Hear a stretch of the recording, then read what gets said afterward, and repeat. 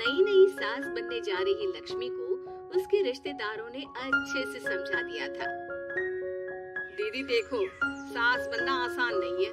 कहने को बहू आ जाती है, लेकिन सारे घर में हक ऐसे कर लेगी जैसे तुमने तो इतने साल से घर के लिए कुछ किया ही ना हो। और नहीं तो क्या, मेरी वाली ने तो घर का नक्शा ही चेंज करवा दिया था। कहती है खिड़की यहाँ नहीं वहाँ करो, दरवाजा इस दिशा से खोलो और न जाने क्या क्या। अरे बताओ, 20 साल से क्या मैं गलत खिड़की दरवाजे के साथ रह रही थी? तभी वहाँ बेटी आ जाती है। हाँ माँ, और पक्का भाभी आने के बाद तो मेरा हाल बुरा ही होना है। तुम हर बात पर मुझे इग्नोर करोगी।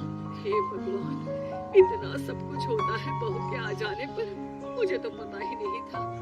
अरे एक हमारा जमाना था। अरे हमारा जमाना तो भूल ही जाओ कि सास के हाथ में कमान होती थी और हम कठपुतली। जीवन भर कठपुतली ही रहना है, पहले सास की और अब बहू की।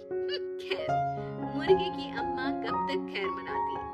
हो जाती है बेटी की शादी और घर आ जाती है प्यारी सी पल्लवी। माँ जी चाय लीजिए।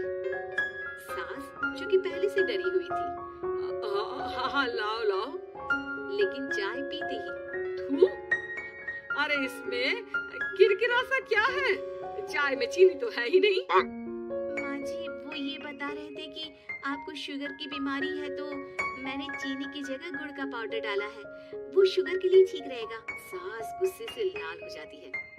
अरे नहीं नहीं, मैंने जीवन भर चीनी की ही चाय पी है, तो मैं तो चीनी वाली ही चाय पीऊंगी। तुम आई और मैं नियम बदल दूं? ऐसी सास नहीं हूँ मैं, समझी? पल्लवी को समझ में नहीं आता कि सास को हो क्या गया है। अरे माँ जी हुआ क्या है, आप तो भड़क गई। तभी वहाँ ननद आ जाती है। तो आप काम ही ऐसा कर रही है ना भाभी? अरे भाई, मैंने क्या किया? शुगर के पेशेंट को चीनी नहीं पीनी चाहिए, तो मैंने चाय में चीनी नहीं डाली। इसमें मुझे तो नहीं लगता कि मैंने कुछ गलत किया। भाभी पहली बात ये कि जबान चलाने की जरूरत नहीं है, क्योंकि हम लोगों को भी बोलना आता है। बाकी आपका क्या मतलब है कि हम लोग माँ का ख्याल नहीं रखते हैं? आपको ही सारी साइंस की नॉलेज है। पल्लवी समझ जाती है कि इन लोगों के दिमाग में बहू को लेकर धारणा गलत ही है, इसलिए वो बिना कुछ बोले वहाँ से चली जाती है।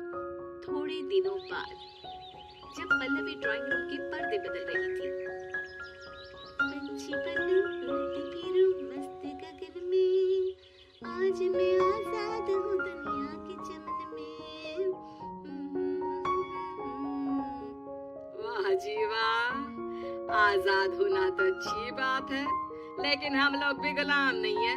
ये पर्दे किससे पूछकर बदले जा रहे हैं, जरा बताओगी? अरे सासू माँ, जब से आई हूँ सोच रही थी कि पर्दे ठीक नहीं है।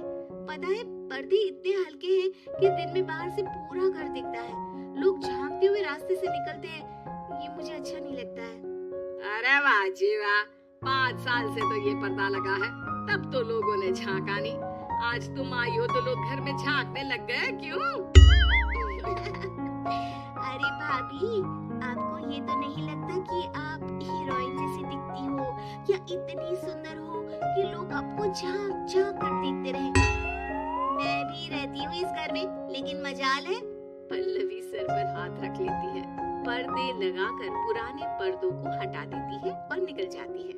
देखा माँ, इसे कहते हैं मनमर्जी। आपने मना किया, फिर भी भाभी ने पर्दे हटा ही दिए। ठीक है बेटा, शुक्र करना पर्दे ही हटाए हैं। अरे कहीं किसी दिन ये हमें ही ना हटा दे। ऐसे कैसे हटा देंगी? हम क्या पर्दे हैं?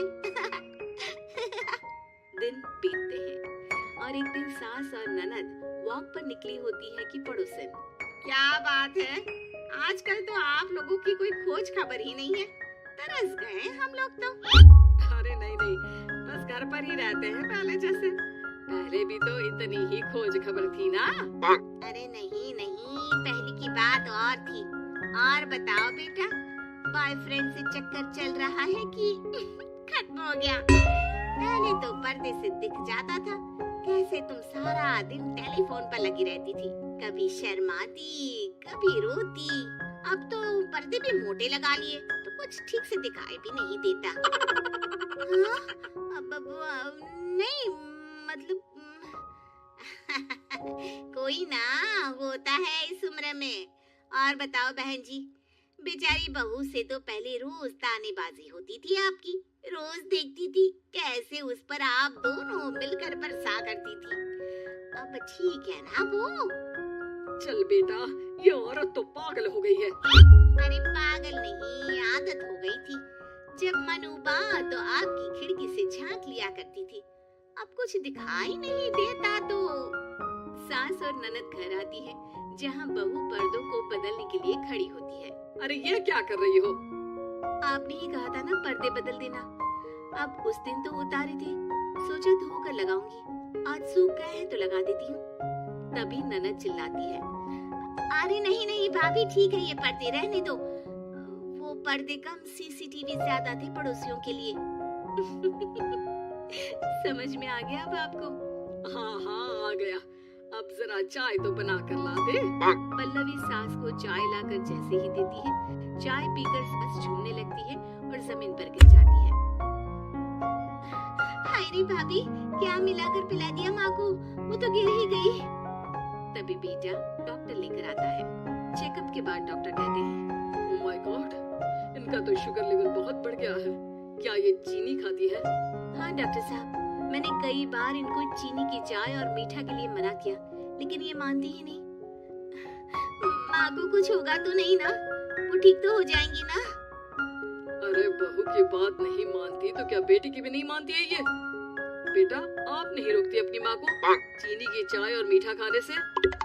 बेटी क्या बोलती, उसे वो दिन याद आ जाते हैं जब उसने भाभी को इस बात के लिए भला बुरा सुनाया था।